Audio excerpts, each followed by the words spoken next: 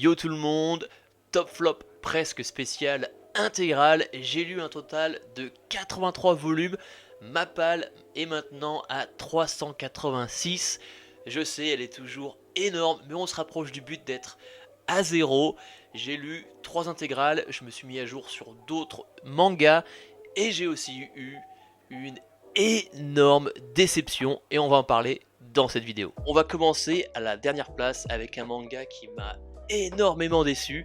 Je pense que je vais me faire beaucoup d'ennemis en le citant. Ce manga est complet en 13 volumes et c'est Gannibal. Oui, Gannibal, j'ai pas kiffé. D'ailleurs, j'ai déjà revendu la série complète parce que voilà, j'avais pas envie de le relire. Alors Gannibal, pour les gens qui le connaissent pas, parce que quand même ce manga a été survendu de partout, mais si tu connais pas l'histoire, c'est un flic qui à la base, je crois, travaille à Tokyo et se retrouve à prendre la place d'un des anciens policiers dans un petit village. Je me rappelle plus du nom du village parce que on s'en fout. Et en fait, dans ce village, il y a des rumeurs comme quoi les villageois seraient des cannibales. Et à partir de là, on suit notre policier avec sa famille qui vient s'installer dans ce petit village où tout le monde a l'air gentil, mais tu vois qu'il se passe des trucs assez bizarres dans ce village. Donc, au niveau de l'histoire, moi c'est quelque chose qui m'intéressait beaucoup parce que je suis un fan de thriller, manga d'horreur et de manga de zombies. Un de mes mangas préférés de zombies, c'est I Am a Hero. Du coup, de base, le speech, c'était vraiment quelque chose qui était fait pour moi. Mais très rapidement, je me suis rendu compte que le manga n'était pas fait pour moi.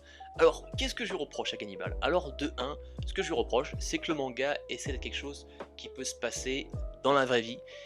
Au début, tu peux te dire oui, bah écoute, c'est possible, mais plus le manga avance, plus ça part en Wall Again, Peace to Fly, et moi ça me sort du récit, parce qu'on part d'une histoire qui pourrait être une histoire vraie, qui se passe réellement, et plus ça avance, plus ça commence à être un peu n'importe quoi. Du coup, moi ça m'a sorti du délire. Deuxième chose que je reproche, c'est pareil, on est censé être quelque chose qui peut être réel, et au tout début, notre flamboyant nouveau policier se retrouve avec un fusil de chasse, mais braqué sur lui en pleine tête. Il se passe des choses et au final, le conflit s'arrête. Mais lui, en tant que flic, il ne fait rien. Alors je veux dire, dans la vraie vie, si t'as un flingue et tu le pointes sur un flic, mec, tu vas directement en prison. Je sais pas, il se passe quelque chose. Et là, en mode, le mec, il le braque avec un fusil et il se passe rien.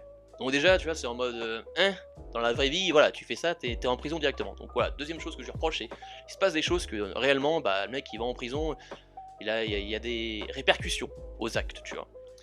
Troisième chose, ça va dans le bon sens et dans le mauvais sens. Je trouve que les dessins vont très très bien avec l'ambiance du manga. Ça ajoute ce côté noir et intriguant, tu vois, ça ajoute à l'histoire le côté thriller. Par contre, dès qu'il se passe la moindre action, tu ne piges que dalle. Alors putain, dès qu'il y a un peu de bagarre, mais t'es avec le manga, tu le colles dans ta tronche, tu essaies de décrypter, c'est limite des hiéroglyphes le machin. Et voilà, c'est dommage parce que oui, les dessins vont très bien avec ce qui se passe dans le manga et l'ambiance du manga, mais dès qu'il se passe le moindre combat, la moindre action, tu piges que dalle, le truc c'est imbuvable. Donc voilà. Une autre raison pourquoi j'ai pas aimé le manga, je sais qu'il y a beaucoup de gens qui étaient putain, Gannibal, masterclass, masterpiece. Et franchement, je pense que ces 3 défauts, plus le fait que ça a été quand même vraiment survendu, vraiment grosse déception. Donc voilà, dites-le moi dans les commentaires si vous êtes des fans de Gannibal, dites-moi pourquoi vous l'aimez tant. Mais c'est vrai que moi, j'ai pas kiffé et du coup je l'ai revendu. À la 5ème position de ce top flop, on va retrouver Rikudo, La Rage au Point. J'ai lu les 10 premiers volumes. Et que dire, c'est vraiment un super manga de sport sur la boxe. Au niveau de l'histoire, on va suivre notre personnage principal qui s'appelle Riku, qui a vraiment une enfance mais pas facile. Il est battu par son père et suite à des événements qui se passent très rapidement dans le manga, dès la page numéro 2, t'es directement dans l'ambiance, tu te rends compte que Rikudo, La Rage au Point, le manga il va être brutal, il se passe des choses pas faciles, il va se retrouver à vivre avec sa mère qui est toxico, et suite à ça il va se retrouver tout seul, et Riku il est jeune, il a peur, il veut vraiment apprendre à se défendre, et il va croiser le chemin d'un Yakuza qui va lui apprendre à faire un vrai jab, parce que ce Yakuza était un ancien champion de boxe, et il va voir que Riku très rapidement il apprend à faire ce jab et il va le mettre en relation avec son ancien coach. Et à partir de ça, et Riku, il va vraiment tomber amoureux de la boxe et il aura que ça dans sa vie. La boxe, ça sera tout pour lui et il voudra arriver au même niveau que ce Yakuza qui lui a appris à se battre. Et franchement, c'est que du plaisir. Les dessins dans Rikudo, c'est vraiment là où le manga brille parce que au niveau de l'histoire, c'est assez bateau, c'est assez redondant, c'est vraiment beaucoup de la bagarre et t'as pas vraiment peur pour Riku. En tout cas, pour jusqu'au tome 10, c'est toujours un peu la même chose. Le truc que j'aime bien, c'est voilà, les dessins sont incroyables, on ressent vraiment la vitesse et l'impact des coups. La chose aussi que j'aime bien, c'est un peu comme dans le manhwa de boxeur, il y a beaucoup de développement au niveau des adversaires que Riku va affronter, et ça j'aime beaucoup, on en apprend un peu plus sur leur backstory. Il y a aussi des gens que tu vois et que tu rencontres un peu plus tard, du coup c'est là, j'aime bien parce que du coup on est introduit à des personnages qu'on revoit plus tard et je trouve ça intéressant, et même les adversaires voilà, ont un peu leur backstory et c'est pas juste des gens qui se font tabasser et puis ciao on les revoit plus. Donc voilà. Donc si tu aimes la boxe, franchement Rikudo la rage au point, c'est vraiment excellent. À la 4ème position, une super surprise, j'avais entendu beaucoup de bonnes choses sur le manga, j'ai mis du temps à m'y mettre, mais franchement je me suis mis à jour en l'espace de 2 jours, c'est vraiment super sympa et j'ai lu les 9 premiers volumes de Kaiju Number 8. Alors Kaiju Number 8, au niveau de l'histoire, on va suivre notre personnage principal dont j'ai complètement oublié le prénom, mais on vit dans un monde où les kaiju existent et il y a une brigade spéciale qui se bat contre ces kaiju, et notre perso principal, et bah lui il voulait faire partie de cette brigade mais il n'a pas réussi à passer les tests, du coup il se retrouve à être nettoyeur et à nettoyer derrière la brigade. Donc dès qu'il y a un kaiju qui se fait buter, bah lui il est dans les rues en train de nettoyer les bouts de jambes, les bouts d'organes qui restent dans la rue. Et suite à des événements, il va recevoir le don de pouvoir se transformer en kaiju. Et à partir de là, c'est du plaisir, c'est de la baston. Franchement, Kaiju, ça se lit mais super rapidement. Les dessins sont vraiment sympas. Au niveau du découpage, c'est super fluide. Et voilà, moi j'ai dégommé les 9 tomes que j'ai en l'espace de 2 jours parce que c'est vraiment sympa. Beaucoup de bastons. Il y a vraiment ce système aussi de pouvoir avec... quand ils tuent des kaijus, selon la puissance des kaijus, ils sont capables d'utiliser ces kaijus pour en faire des armures ou des armes. Et du coup, il y a vraiment ce système de power-up. Les bastons sont vraiment abusés. Et voilà, franchement, c'est vraiment un très bon shonen de baston. Quoi dire de plus? Franchement, si vous n'avez pas encore laissé sa chance à Kaiju, mais faites-le, c'est vraiment super sympa. On arrive au podium, à la 3ème position. J'ai lu l'intégrale en 17 volumes d'un seinen que j'entends peu de personnes parler. Ça sera Ajin, semi-humain. Alors Ajin, on vit dans un monde où il y a des créatures qu'on appelle les semi-humains, les Ajin, qui sont des personnes comme toi et moi, sauf qu'une fois qu'ils meurent, ils se rendent compte que ce sont des semi-humains qui sont éternels, qui ne peuvent pas mourir, et à partir de là, ils seront traqués par le gouvernement parce que le gouvernement les utilise pour faire des essais comme pour les médicaments, pour les armes, etc., etc. Et notre personnage principal, que j'ai encore une fois complètement oublié le prénom, va mourir au début et se rendre compte que c'est un Ajin, et à suite à ça, il va être poursuivi et lui va essayer de s'échapper. Alors Ajin, franchement, le manga est vraiment super. J'ai adoré les dessins. Les dessins mais sont incroyables. Je sais pas, c'est vraiment à part de ce que tu as l'habitude de voir. Je sais pas comment l'expliquer, je crois que c'est peut-être par rapport aux couleurs, c'est qu'en noir et blanc, mais il y a vraiment un contraste. T'as vraiment l'impression que les dessins sortent des pages, et dès qu'il y a des scènes de combat, c'est vraiment incroyable. Je sais pas comment dire, mais je mettrai quelques pages pour que vous voyez, c'est vraiment mais super joli. Et là où franchement Ajin brille, c'est pour son antagoniste. Alors antagoniste, tu vois, j'ai oublié le nom du protagoniste, mais l'antagoniste qui s'appelle Sato, ça je m'en rappelle, je pense que toutes les personnes qui ont lu Ajin se rappellent de Sato. C'est vraiment l'antagoniste parfait. Le mec n'a aucune limite, il a un but et il est prêt à tout pour l'accomplir. Et c'est juste mais incroyable, il se passe des dingueries dans Ajin et c'est vraiment trop bien parce que du coup on a Sato qui lui veut se rebeller parce que comment les Ajin sont traités, il trouve que là c'est pas normal et il est prêt à tout pour que ça change. et à partir de là, bah, ça part en wall again, et il y a vraiment ce combat entre notre protagoniste, qui d'ailleurs, moi j'ai eu assez de mal avec le protagoniste. Au tout début, il est vraiment particulier, et j'ai vraiment eu du mal. Le manga part très rapidement, il se passe vraiment des choses très rapidement, mais c'est vrai qu'avec le protagoniste, j'ai eu du temps à l'apprécier, mais juste le fait qu'il y ait Sato, bah tu continues à lire le manga, et après c'est vrai que le protagoniste devient meilleur vers la fin, mais c'est vrai qu'au début j'ai quand même eu du mal.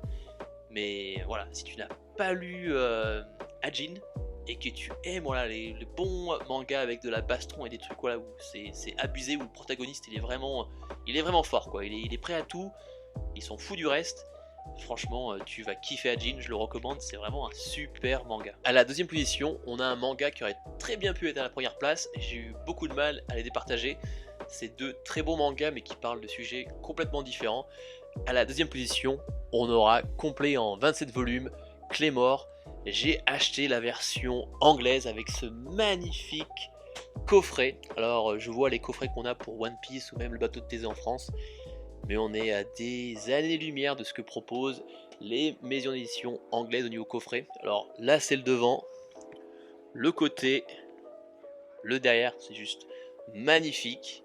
Et l'autre côté, et là où le coffret vraiment franchement brille, c'est à l'intérieur. Alors déjà on a comme une sorte de petite bibliothèque portable, et encore une fois cette magnifique illustration à l'intérieur. Je sais qu'il y a des gens qui sont pas fans des dos anglais, moi je les aime beaucoup, que ce soit pour One Piece où c'est vraiment coloré, mais même là je trouve que c'est super sympa. Là on peut voir voilà toutes les couleurs un peu avec tous les personnages sur la tranche, j'aime beaucoup. Alors Claymore, il y a beaucoup de gens qui le décrivent comme le Berserk féminin. Moi j'ai lu que les 3 premiers volumes de Berserk, c'est vraiment un de mes objectifs pour 2024, c'est de mettre à jour sur Berserk. Je vais dire d'entrée, il y a des ressemblances au niveau que ce soit des combats avec des épées, le monde médiéval, mais quand même Berserk, que ce soit au niveau dessin et même niveau sombre et glauque, c'est encore un autre niveau. Alors Claymore, j'ai vraiment aimé ce manga. Claire, notre personnage principal, n'est pas super cheatée. Non, c'est pas la plus forte. Dans les Claymore, il y a un système de rang. Le numéro 1 est la plus forte, et ça va jusqu'à 47, parce que en fait dans ce monde il y a 47 régions et chaque Claymore est responsable de sa région, et Claire elle est numéro 47, du coup c'est la plus nulle des Claymore, et j'ai beaucoup aimé parce que voilà, il y a souvent des mangas où le personnage principal est plus ou moins cheaté, et puis voilà, très facilement il monte de rang en rang, et Claire bah pas du tout, elle est pas cheatée, et puis elle aura beaucoup d'obstacles pour devenir de plus en plus forte. Dans Claymore, personne n'est safe. Tout le monde peut mourir, il y a beaucoup de morts dans Claymore. C'est quelque chose que j'ai apprécié, parce que voilà, t'es plus ou moins, t'as peur pour certains personnages, parce que tu as vu d'autres gens mourir, et tu dis, bah peut-être que dans la prochaine page, ce perso-là va mourir. Et ça, j'ai vraiment aimé, parce que de plus en plus dans les mangas, tu ressens que tout le monde est plus ou moins invincible, et là dans Claymore, c'est pas du tout le cas. Il y a aussi des retours dans le passé pour certains personnages par rapport à leur backstory, que j'ai vraiment apprécié, et ça m'a aussi un peu rappelé comme dans Berserk, où je crois le premier volume ça se passe maintenant, et puis tu lis le premier volume, puis après ça repasse dans le passé sur sa jeunesse. Bah, il y a un peu le même délire avec certains personnages pour leur backstory, j'ai beaucoup aimé. Il y a aussi des personnages qu'on suit du début jusqu'à la fin du manga, où ils ont plus ou moins un développement, une amitié qui se forme. Au niveau des dessins, c'est sympa, je veux dire, c'est bien, mais c'est pas non plus du niveau de ce qu'on a actuellement avec par exemple Kaiju number 8, ou même que ça soit Vagabond, Berserk, ou même Dadadan par exemple. Je veux dire, le dessin, ça va. Au niveau des créatures, là par contre le manga brille, parce qu'au début on se retrouve avec une sorte de loup-garou, puis plus ça avance, plus ça part dans des délires, mais laisse tomber, je sais pas ce qu'il a fumé le mangaka, mais ça part très loin. Si tu as lu le manga, tu comprendras, les créatures à la fin c'est complètement ouf. J'aime aussi le système de power-up dans Claymore, j'en dis pas plus que je vais pas vous spoil, mais c'est vraiment intéressant. Il y a aussi une vraie intrigue, parce qu'au début l'histoire elle part comme ça, où t'as Claire qui va de village en village pour tuer des Yoma, et plus ça avance, plus il se passe des choses bizarres, il y a des trucs, voilà, je veux pas vous spoil, parce que franchement j'ai vraiment adoré comment l'histoire avance et se complexifie au fur et à mesure. Il y a beaucoup de combats dans Claymore, et moi j'aime bien les combats comme ça à l'épée. Là du coup si tu aimes ça, tu vas vraiment kiffer. Les techniques sont intéressantes. Un des seuls bémols que je trouve avec Claymore, c'est que les Claymore, donc du coup ces soldats féminins, et bah elles se ressemblent beaucoup, et des fois tu as du mal en fait à savoir qui est qui dans les combats. C'est vrai que c'est assez dur. Ça, c'est un point négatif mais aussi positif dans le fait que en fait tu le comprends très bien, c'est qu'elles sont facilement remplaçables. Du coup le fait qu'elles se ressemblent ajoute aussi sur le fait qu'elles sont facilement remplaçables. Donc du coup voilà, c'est un bémol pour les scènes de combat où qu'est-ce qui se met qui est qui, voilà. Mais après ça aussi ajoute sur le lore du manga. Donc voilà, si tu aimes les mangas de combat à l'épée, tu aimes le genre médiéval, tu aimes Berserk, il y a franchement moyen que tu aimes Claymore. C'est un manga que peu de personnes parlent, mais franchement j'ai vraiment kiffé, et Claymore il sera facilement dans mon top 10. D'ailleurs je pense que très bientôt il y aura mon nouveau top 10 mise à jour, donc voilà, tiens-toi prêt pour une vidéo très prochainement. À la première position, j'ai fini ce manga en 7 volumes avec cette édition incroyable Petit Robert. On va parler de Rainbow. Le manga est incroyable, l'édition Petit Robert beaucoup moins. Alors Rainbow, de quoi ça parle?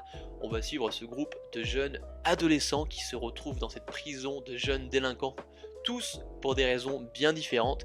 Et dans cette prison, dans cette cellule, ils vont se lier d'amitié, et cette amitié elle va durer jusqu'à la vie. Et franchement Rainbow c'est un manga qui est incroyable pour ce récit d'amitié. C'est juste trop bien. Dans Rainbow il va se passer beaucoup de choses, ils vont essayer de s'échapper, il y aura aussi une vie en dehors de la prison, il y aura beaucoup de choses qui vont se passer. Mais au final Rainbow c'est juste un récit sur une amitié en or, et c'est vraiment excellent de suivre ce groupe de petits jeunes, parce que je crois qu'ils sont 6 ou 7 si je dis pas de bêtises, et ils ont tous une personnalité intéressante. On va tous les suivre un par un, il y aura une backstory, aussi une évolution, et c'est vraiment en fait tu lis Rainbow et tu as l'impression de faire partie du groupe d'amis. C'est voilà, Rainbow c'est juste incroyable, c'est ce genre de manga qui est intemporel. Tu peux très bien découvrir Rainbow maintenant et surkiffer, et tu peux le relire mais encore et encore, et je pense que tu kifferas toujours autant. Même tu vas découvrir des choses que tu n'avais pas vues à la première lecture, et c'est juste incroyable. Les dessins sont vraiment d'une qualité mais juste au-dessus du reste, un peu comme au niveau, comme je disais avec Ajin, au niveau des noirs c'est vraiment profond, tu ressens vraiment les émotions. C'est voilà, c'est fou. Rainbow c'est excellent. Encore une fois c'est un manga que je trouve qu'il y a peu de personnes qui en parlent, mais c'est juste incroyable. Oui, il n'y a pas de super pouvoir, il n'y a pas de créature spéciale ni rien. C'est juste voilà, ces jeunes ils ont tous une histoire qui est pas facile.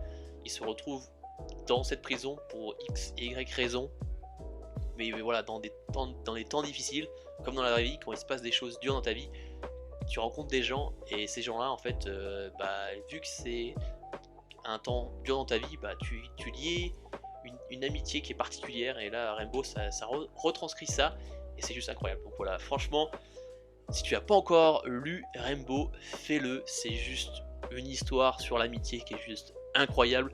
J'en ai déjà parlé sur une de mes vidéos les meilleurs seinen, donc si tu l'as pas vu je te la mets en haut, tu pourras regarder, mais franchement donne sa chance à Rainbow, même si l'édition Petit Robert elle est pas incroyable, mais le reste l'est, donc franchement fais-le. Voilà, c'est la fin de la vidéo. Comme d'habitude, aime la vidéo, mets-moi un commentaire, dis-moi les lectures que tu as fait pour le mois de décembre ou le mois de janvier, dis-moi si tu as lu une de ces séries ou tu as envie de les découvrir après que je t'en ai parlé, dis-moi aussi si tu es un fan de Gannibal et que je t'ai vexé dans les commentaires.